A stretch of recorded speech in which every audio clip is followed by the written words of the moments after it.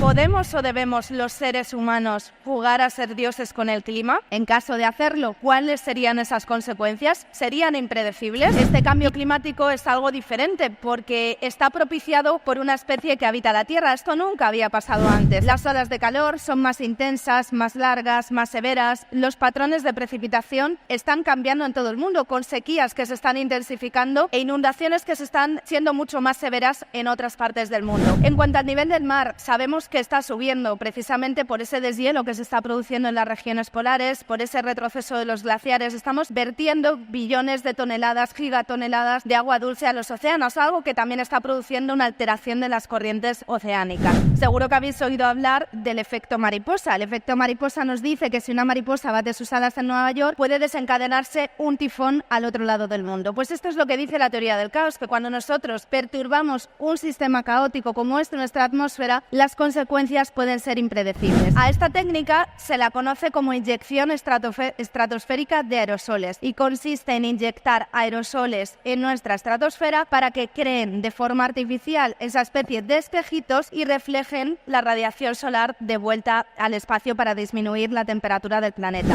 Aquí se pusieron muy innovadores, pues en vez de sembrar nubes de la forma artificial, que normalmente suele ser con cañones o con aviones, vamos a enviar estos maravillosos drones para que hagan cosas. Esta técnica lo que hace es que lanza estos drones que liberan unas cargas eléctricas. Esas cargas eléctricas agrupan esas gotitas de agua que se están formando en la atmósfera para que se junten y no solo den lugar a la formación de una nube, sino que den lugar a la formación de lluvias.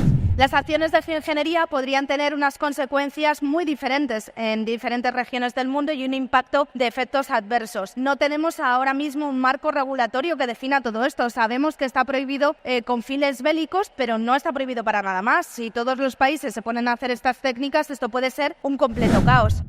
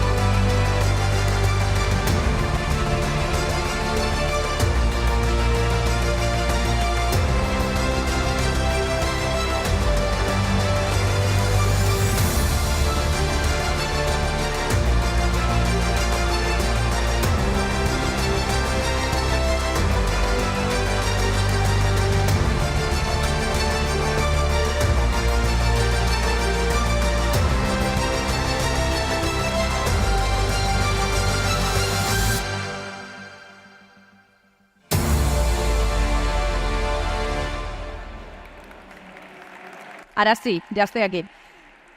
Bueno, muy buenos días a todos. Gracias por estar aquí, por atender a mi charla. Ya os he hecho un pequeño spoiler. como bien me han presentado, yo soy doctora en Ciencias Físicas, meteoróloga, divulgadora científica y bueno, en los últimos 15 años me he dedicado a divulgar sobre las curiosidades de nuestro planeta Tierra y también algunas curiosidades del universo. Pero bueno, hoy no estoy aquí para hablaros de este tema, sino para hablaros de un tema un poquito más controvertido, que es el de la manipulación climática. Si podemos, o más bien debemos manipular el clima. Porque sabemos que nuestro clima está cambiando, es algo de lo que vamos a hablar también en esta charla, sabemos los efectos del calentamiento global, pero hoy voy a intentar responder con vosotros algunas de las preguntas que os he planteado en este vídeo. Porque ¿podemos o debemos los seres humanos jugar a ser dioses con el clima? En caso de hacerlo, ¿cuáles serían esas consecuencias? ¿Serían impredecibles? ¿Y están la mano del hombre detrás de estos fenómenos tan adversos que estamos viviendo en los últimos años? Bueno, primero quiero poner un poquito de contexto, porque esto es lo que somos nosotros. Esta imagen fue captada por la sonda Voyager cuando estaba a 6.000 millones de kilómetros de distancia de la Tierra en 1990.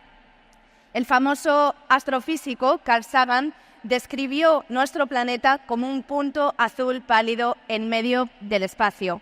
Y es que realmente esta imagen nos pone en contexto, porque nosotros, en términos astronómicos, no somos absolutamente nada, pero para nuestro planeta representamos todo. Un planeta que fue capturado así en 1972.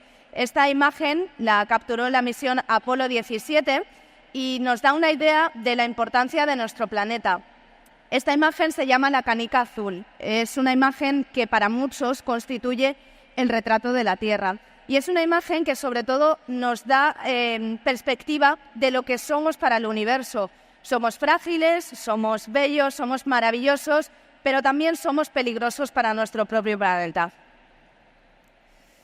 ¿Qué está pasando exactamente con el clima en nuestro mundo? Pues el clima está cambiando.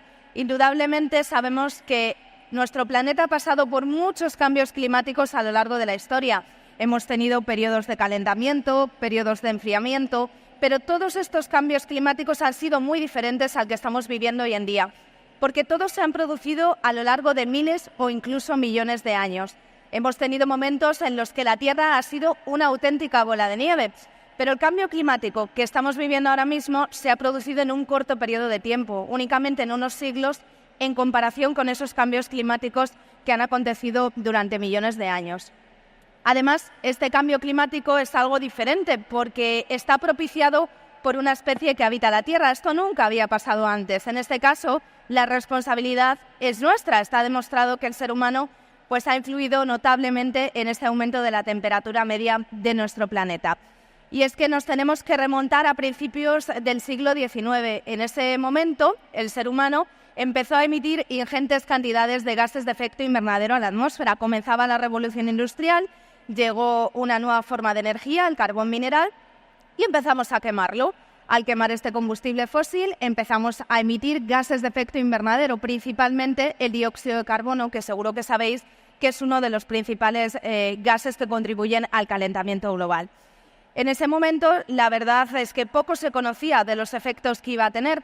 La primera vez que hablamos del efecto invernadero fue en 1824 por parte del físico francés Joseph Fourier, pero no sería hasta unos años después cuando una mujer, que la verdad es que no se le atribuyó el mérito, sería la primera en enunciar que cuando aumentaban estos gases en la atmósfera aumentaba la temperatura del planeta.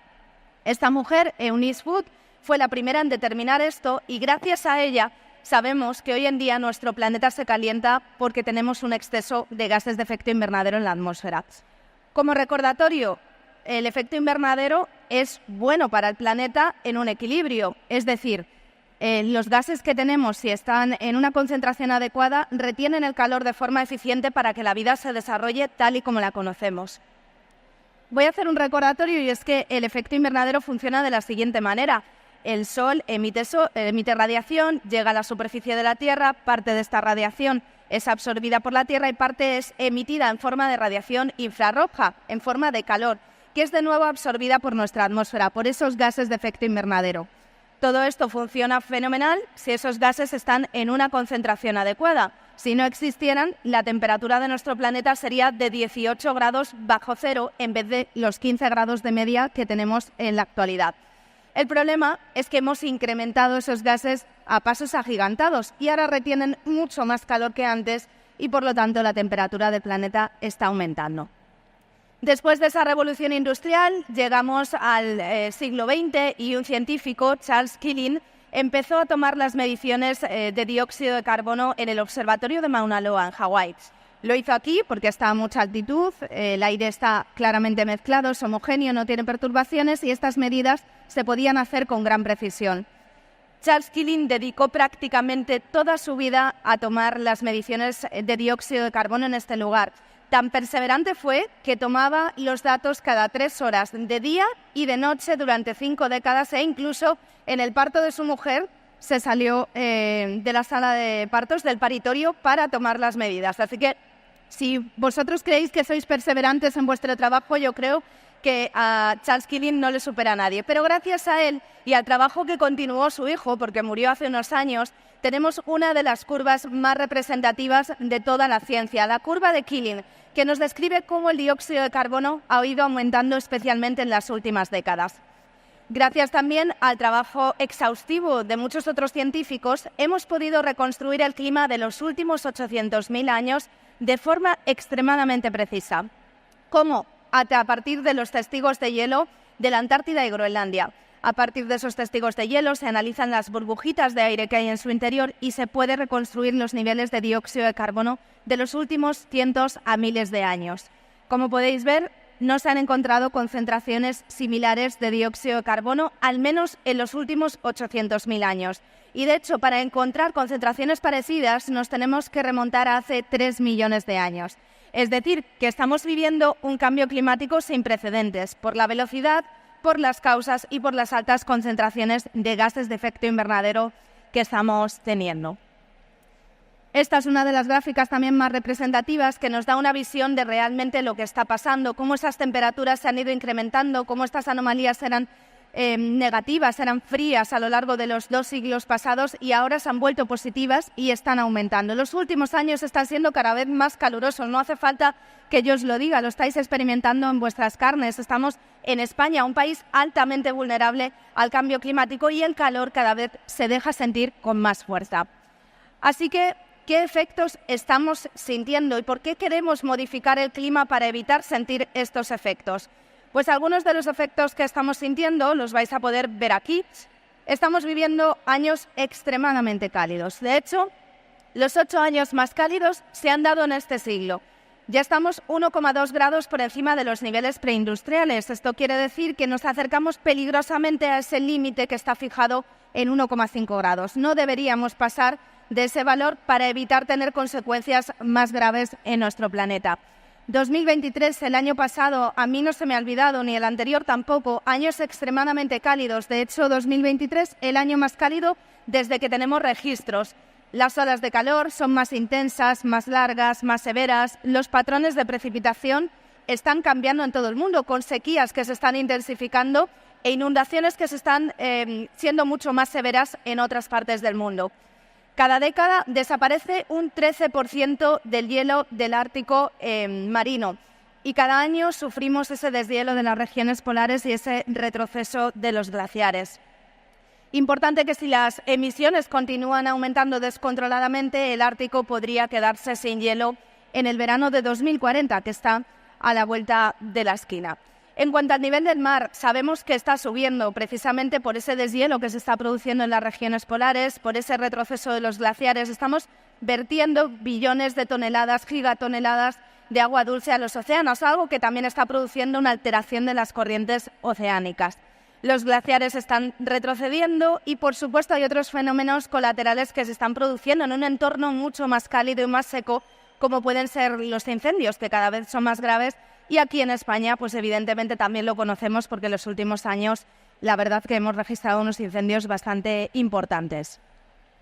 No es para nada extraño que nos encontremos con titulares como estos en los medios de comunicación. Cada vez es más frecuente que veamos que millones de personas nos vemos afectados por el cambio climático, que las olas de calor son más frecuentes, que se baten récords de temperatura. Hace tan solo un mes, creo recordar, se superaban los 50 grados en Nueva Delhi o en Ciudad de México, así que estos valores son cada vez más frecuentes. Tenemos fenómenos absolutamente impactantes. Sin ir más lejos, ayer se intensificaba el huracán Beryl a categoría 5. Nunca antes había ocurrido en un mes de junio una intensificación tan rápida y un huracán tan potente. Así que estamos viendo cómo estos efectos se están dejando sentir y, por supuesto, España, como os decía, no se queda atrás. España debemos saber que es el país más vulnerable de la Unión Europea al cambio climático. Tenemos un verano más largo, dura 5 semanas más con respecto a los años 80, un verano que es la estación más afectada por el cambio climático, olas de calor más largas, más severas, temperaturas extremas, sobre todo por las noches en los meses de verano, 30.000 kilómetros de territorio semiárido en nuestro país y la zona del sur de España, donde estamos hoy aquí todos reunidos, es una de las más afectadas de nuestro país. Así que, ¿qué nos espera en el futuro? Pues depende un poquito de lo que hagamos, pero la verdad es que nos espera que la temperatura siga aumentando. Incluso aunque ahora mismo paráramos todo el desarrollo industrial que tenemos, esa temperatura seguiría subiendo, aunque lo haría en menor cantidad. El cambio climático continuará durante este siglo y posteriormente también, sobre todo en los océanos. Los océanos son reservorios de carbono, absorben dióxido de carbono y tienen una capacidad calorífica más potente que la Tierra. Por lo tanto, almacenan calor durante más tiempo, así que los océanos van a seguir sufriendo esos efectos durante las próximas décadas. Habrá cambios en esos patrones de lluvia, tendremos algunas zonas en las que lloverá más y de forma más torrencial, como por ejemplo la región del Mediterráneo, y otras zonas en las que lloverá menos y tendremos sequías más exacerbadas. Los huracanes, os lo he comentado antes con este fenómeno que acabamos de vivir, esperamos que los huracanes no sean más frecuentes, pero sí que tengan una mayor categoría.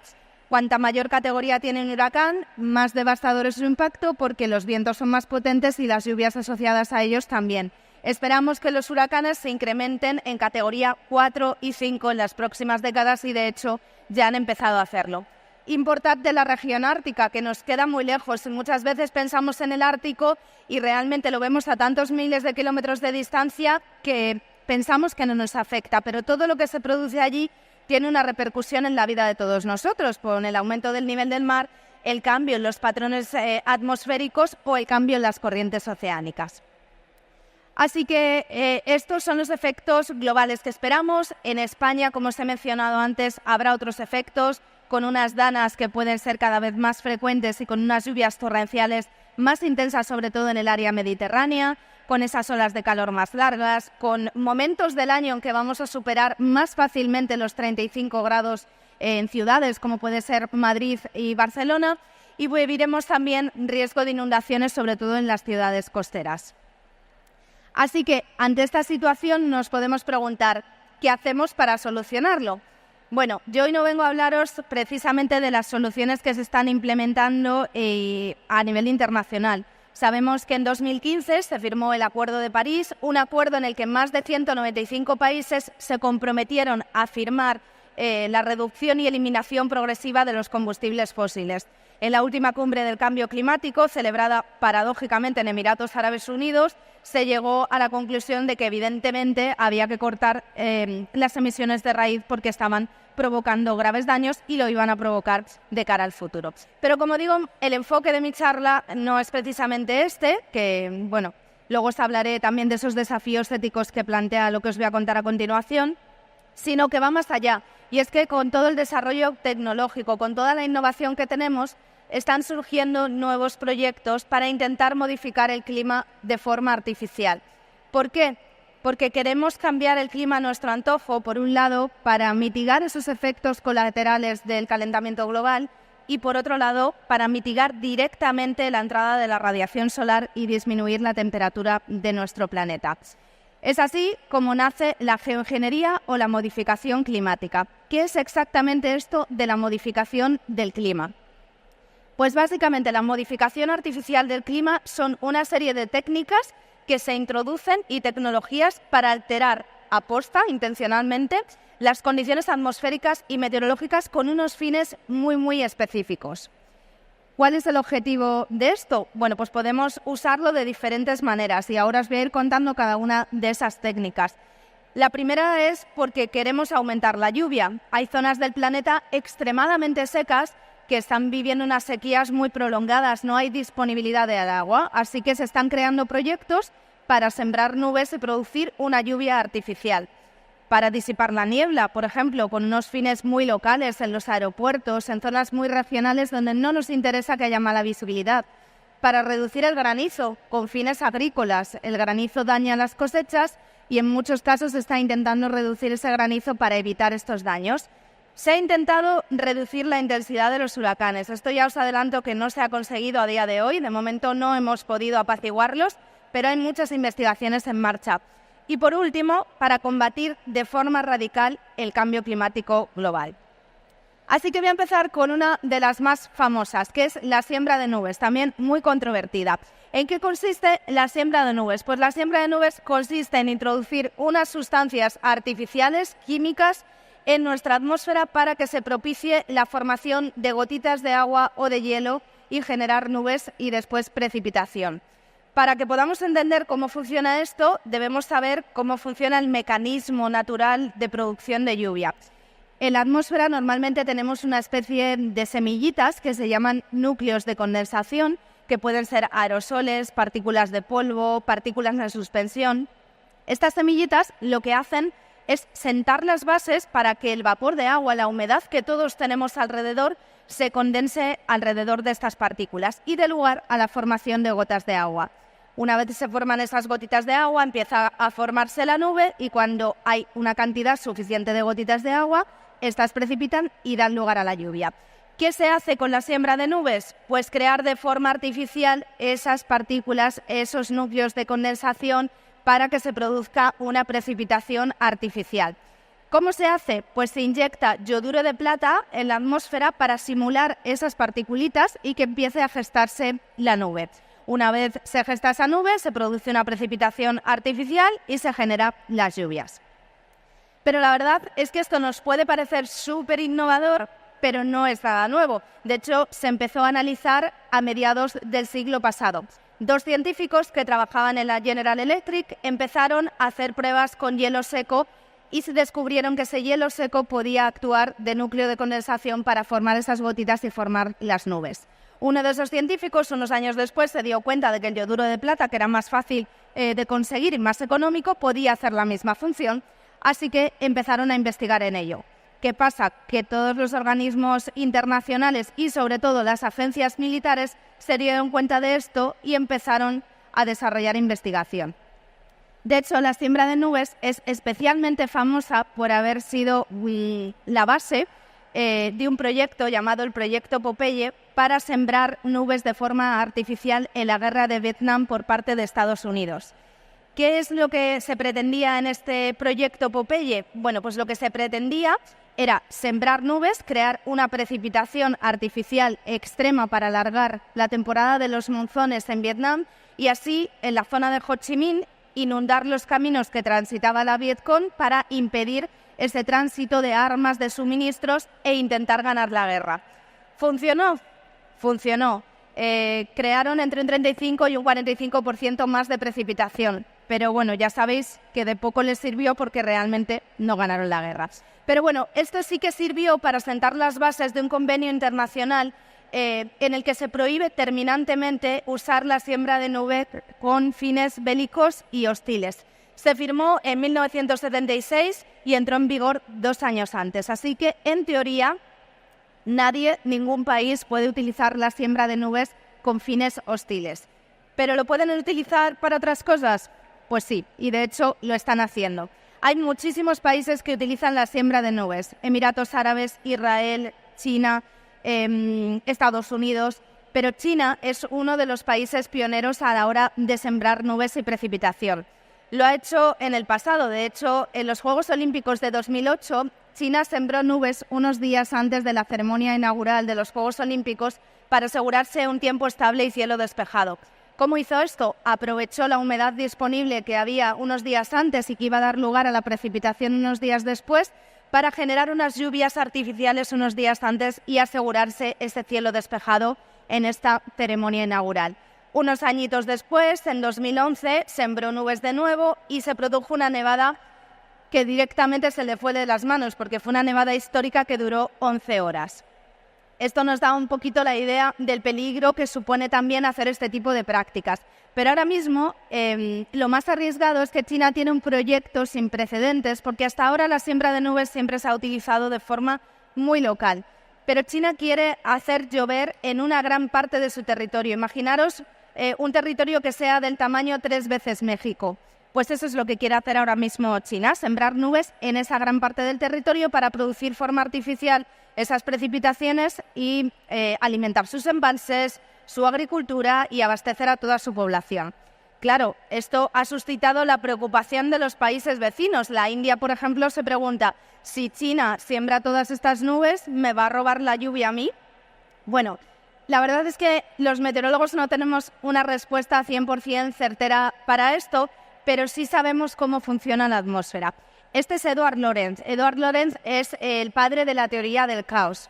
La teoría del caos nos dice que cuando un sistema caótico, como es nuestra atmósfera, sufre una pequeña perturbación, esto puede desembocar en unas consecuencias que son impredecibles. Seguro que habéis oído hablar del efecto mariposa. El efecto mariposa nos dice que si una mariposa bate sus alas en Nueva York, puede desencadenarse un tifón al otro lado del mundo. Pues esto es lo que dice la teoría del caos, que cuando nosotros perturbamos un sistema caótico como es nuestra atmósfera, las consecuencias pueden ser impredecibles. Así que, ¿podría China robar la lluvia de países aledaños o podría interferir en el clima mundial?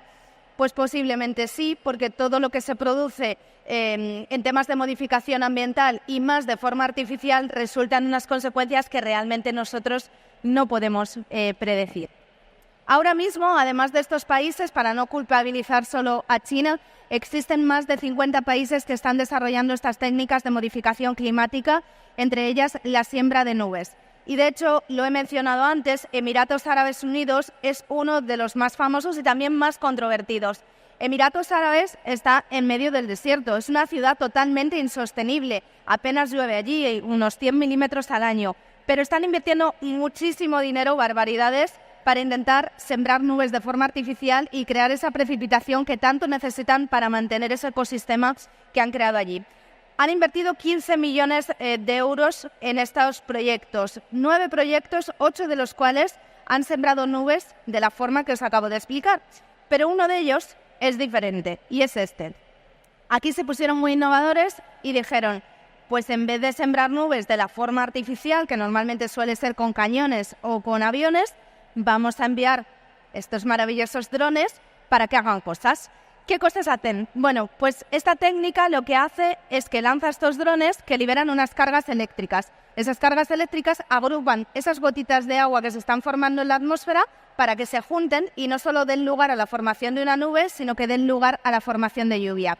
Básicamente las agrupan como cuando nos peinamos y se nos carga la carga eléctrica, electrostática en el pelo, que se nos junta todo el pelo. Pues es algo parecido. Así que Emiratos Árabes está haciendo esto. De hecho, creo que fue este año, o si no, a finales del año pasado, hubo unas lluvias muy importantes en Emiratos Árabes y todo el mundo se preguntaba si realmente esas inundaciones estaba detrás la siembra de nubes. Bueno, realmente no se ha demostrado que esto haya sido así, sino más bien los efectos del cambio climático, pero están jugando bastante con todos estos proyectos. Además de la siembra de nubes, existe otra técnica para modificar la precipitación de forma local y son los famosos cañones antigranizo, que por cierto se usan en España. Los cañones antigranizo no son nada nuevos, al siglo pasado ya los utilizábamos. ¿Cuál es el objetivo de los cañones antigranizo? Bueno, pues básicamente los cañones antigranizo lo que hacen es generar una onda de presión que se lanza hasta la parte más alta de nuestra atmósfera, de la troposfera. A unos 11.000 metros, que es más o menos donde se está formando el granizo, esa onda de presión llega a una velocidad muy rápida, la velocidad del sonido, y lo que hace es que rompe ese granizo que se está formando. ¿Por qué queremos romper el granizo? Porque el granizo, sobre todo el pedrisco muy grande, provoca graves daños en la agricultura. Entonces, esa onda de choque lo que hace es que rompe el granizo, lo fragmenta y o bien cae en trocitos muy pequeñitos o bien cae en forma de nieve semiderretida o lluvia. Se emiten pulsos cada 4 segundos y se tiene que hacer unos 30 minutos antes de que se inicie la tormenta. Se suele hacer de forma muy local, para destruir una nube que pasa por allí, que va a provocar una tormenta y que puede afectar a la agricultura, y bueno, se hace en contadas ocasiones. Pero es una técnica que, al igual que la siembra de nubes, es una técnica muy local para modificar de forma artificial pues esos efectos que pueden venir asociados también al cambio climático. Pero os hablaba al principio de esos efectos del cambio climático, de todo lo que estamos sintiendo cada uno de nosotros. Y existen otros proyectos que no son tan locales y que se están planteando para llevar a cabo, que lo que pretenden es disminuir la temperatura de nuestro planeta para combatir el cambio climático. Estos proyectos se llaman proyectos de geoingeniería solar. ¿Y en qué consisten? Pues son un conjunto de técnicas en las que básicamente lo que se pretende es reducir la entrada de la radiación del Sol para enfriar nuestro planeta. ¿Pueden responder a esta pregunta? ¿Podemos simular una erupción volcánica? Bueno, lo que tenemos que saber es que una erupción volcánica de forma natural, una erupción volcánica muy potente, inyecta millones de toneladas de gases y de cenizas en la estratosfera, que es la siguiente capa a la que estamos nosotros. Cuando esto sucede, esas partículas se comportan como aerosoles, es decir, como pequeños cristalitos que reflejan la radiación solar de vuelta al espacio. Al reflejarla, lo que hacen es que impide que llegue a la superficie de la Tierra y, por lo tanto, el planeta se enfría. De hecho, tenemos ejemplos a lo largo de nuestra historia. Por ejemplo, el volcán Tambora en 1815 creó una erupción tan sumamente potente que al año siguiente, en 1816, disminuyó la temperatura de nuestro planeta. Lo hizo sobre todo en el hemisferio norte. En Europa se detectaron hambrunas, pérdidas de cosechas, un clima frío, hostil. De hecho, como curiosidad, os contaré que en ese año sin verano, en 1816, a raíz de esta potente erupción volcánica y en ese ambiente gris y hostil, nació uno de los personajes más famosos de la literatura de terror, Frankenstein. O sea que, para que veáis que hay mucha vinculación entre el clima y ciertas cosas que no esperamos. Pero bueno, a lo que iba, las erupciones volcánicas tienen el poder de disminuir de forma natural la temperatura de nuestro planeta durante un periodo de tiempo corto. Otra erupción volcánica muy famosa fue la del Krakatoa en 1883, también disminuyó la temperatura global, y una más reciente en 1991, la erupción del Pinatubo, descendió la temperatura del planeta en medio grado. Así que, sabiendo esto, a alguien un día se le ocurrió la brillante idea de decir: ¿qué pasa si simulamos una erupción volcánica? ¿Podemos producir los mismos efectos de forma artificial? Bueno, a esta técnica se la conoce como inyección estratosférica de aerosoles y consiste en inyectar aerosoles en nuestra estratosfera para que creen de forma artificial esa especie de espejitos y reflejen la radiación solar de vuelta al espacio para disminuir la temperatura del planeta. Estos aerosoles suelen ser aerosoles de sulfato y el objetivo es combatir el cambio climático. Luego ya os diré si esto está bien hecho o no, pero de momento os cuento en lo que consiste. Así es como nace este proyecto, y nacen otros proyectos que han sido bautizados como Podemos tapar el sol para combatir el cambio climático. A ver, poder podemos, pero no debemos, ya os lo voy adelantando. Hace unos años, Bill Gates, magnate multimillonario, todos le conocemos, pues empezó a informarse de todos estos temas y quiso ponerse un poquito de activista medioambiental y decidió crear un proyecto llamado Proyecto Scopex.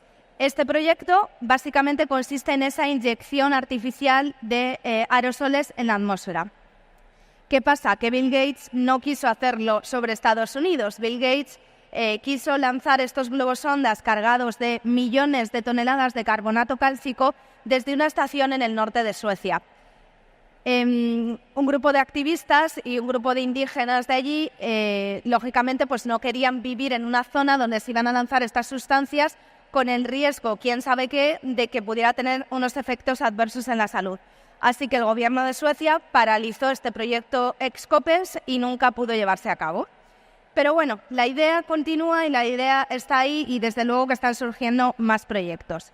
En esa línea de querer tapar el sol hay otros proyectos que pueden parecer un poco locos, pero que están siendo llevados a cabo y desarrollados por instituciones de lo más prestigiosas. Y uno de ellos es este. ¿Cómo os quedáis si os digo que se está planteando crear una especie de flota de burbujas espaciales para tapar literalmente nuestro sol? Bueno, este proyecto está desarrollado nada más y nada menos por el MIT, el Instituto Tecnológico de Massachusetts, o sea que es un sitio con prestigio y básicamente consiste en crear una especie de pantalla compuesta de un montón de burbujitas espaciales en un punto de equilibrio entre la Tierra y el Sol, que se llama el punto Lagrange L1, que es donde la atracción gravitacional del Sol y de la Tierra se equilibran, para intentar mitigar la entrada de la radiación solar y disminuir la temperatura del planeta.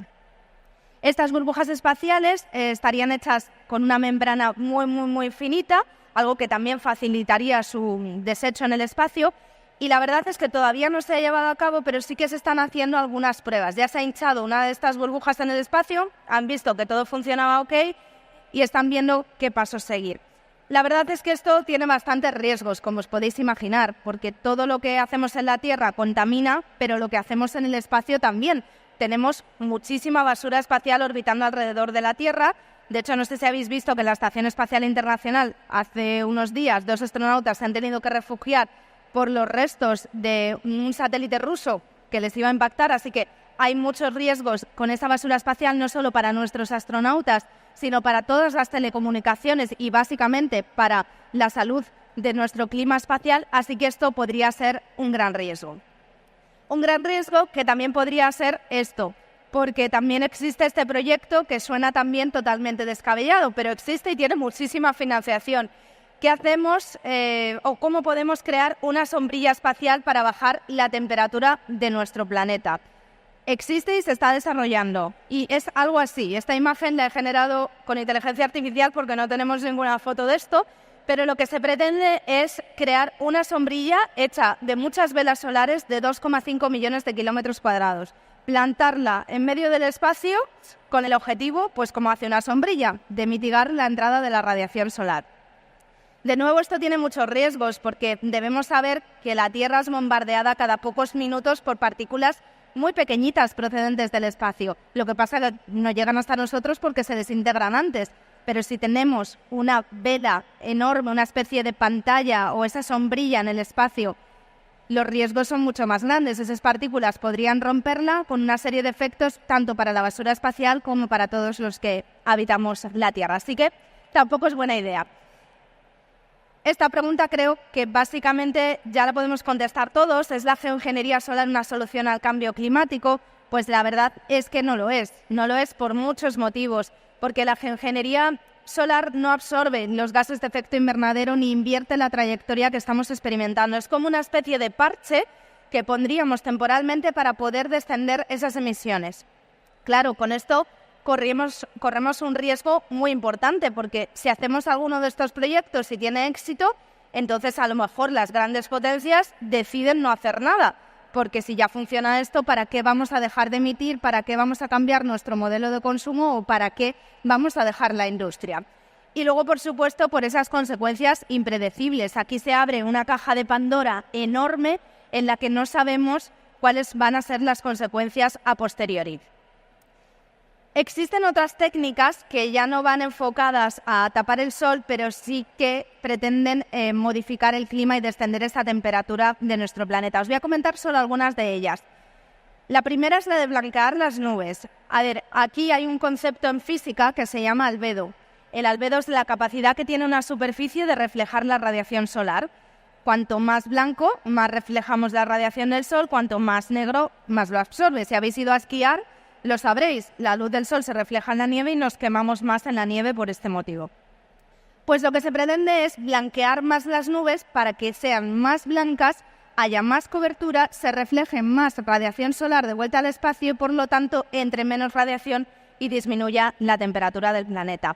En este caso, ¿cómo se haría? Pues principalmente con unos aerosoles, con sal marina y unos barcos planteados para coger esa sal marina e inyectarla en la atmósfera para que esas nubes sean más blancas. Justamente ayer, y no lo he incluido en esta presentación porque no me ha dado tiempo, pero veía un estudio de la Universidad de Yale que afirmaba que el proceso de blanquear las nubes que estaba teniendo lugar en una zona de Estados Unidos, porque esto ya se está haciendo, podía tener una repercusión en las olas de calor que se podrían vivir en Europa en 2050. Así que, como podéis ver, pues tampoco es una buena idea. El siguiente sería el de fertilizar el océano. Esta frase es muy buena. Nos vamos a 1988, allí se encontraba este oceanógrafo John Martin, y hubo un momento en el que hubo un debate y el señor pues se cansó y se puso de pie y dijo: mirad, si queréis solucionar todos los problemas que tenemos, a mí me dais hierro, que yo os lo soluciono y os traigo una era glacial ahora mismo.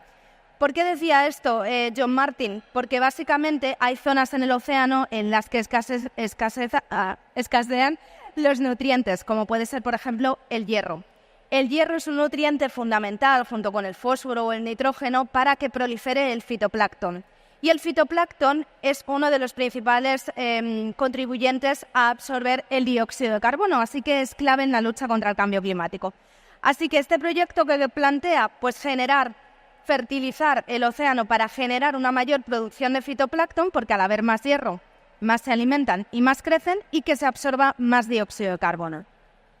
Se han hecho 13 experimentos de fertilización con hierro en el mar, la mayoría a finales del siglo XX, algunos a principios del siglo XXI, pero la verdad es que ninguno ha dado demasiados buenos resultados, y además las conclusiones que los científicos han sacado pues no han sido demasiado esclarecedoras, porque sobre todo se veía que podía afectar a la biodiversidad marina. Así que otro proyecto que mejor tampoco llevemos a cabo. Y por último, existe este proyecto que sí está en marcha, que es el de la captura del carbono. La captura del carbono se está haciendo y lo que pretende es absorber o capturar el dióxido de carbono que hemos emitido para guardarlo en otro sitio. Como os podéis imaginar, tampoco es muy buena idea, porque si cogemos la basura de un sitio y la escondemos en otro sitio, pues lo mismo también sufrimos algunos de estos efectos. Pero es un proyecto que ya se está haciendo, incluso a veces no hace falta que se libere a la atmósfera, sino que directamente de la industria se captura y se esconde. Es un proyecto costoso, como he dicho, no es una solución a largo plazo para el cambio climático, no aborda de raíz ese problema de los combustibles fósiles que tenemos. Así que todo esto plantea unos desafíos éticos muy importantes, porque realmente podemos jugar a ser dioses o debemos jugar a ser dioses con el clima. Como os podréis imaginar por toda mi charla, pues evidentemente no es algo que debamos hacer. Creo que son muy interesantes los proyectos, pero no es algo que el ser humano deba desarrollar, sobre todo por ese efecto mariposa que os he contado al principio. Las acciones de geoingeniería podrían tener unas consecuencias muy diferentes en diferentes regiones del mundo y un impacto de efectos adversos. No tenemos ahora mismo un marco regulatorio que defina todo esto. Sabemos que está prohibido con fines bélicos, pero no está prohibido para nada más. Si todos los países se ponen a hacer estas técnicas, esto puede ser un completo caos. Las intervenciones de geoingeniería pueden tener efectos secundarios realmente graves y que ahora mismo, a día de hoy, desconocemos porque los modelos climáticos no pueden reproducirlos. Así que, bueno, pues la geoingeniería puede provocar todos estos efectos adversos. La modificación del clima nos permite tener esa especie de control que nosotros creemos que podemos tener de nuestro planeta, pero en realidad todos los que estamos aquí sabemos que no podemos controlar ni gobernar el clima de nuestro planeta. Sí que podemos poner medios, sí que podemos cambiar nuestro estilo de vida, reducir las emisiones, contribuir a tener un estilo de vida más sostenible, pero de momento no podemos jugar a ser dioses. Gracias.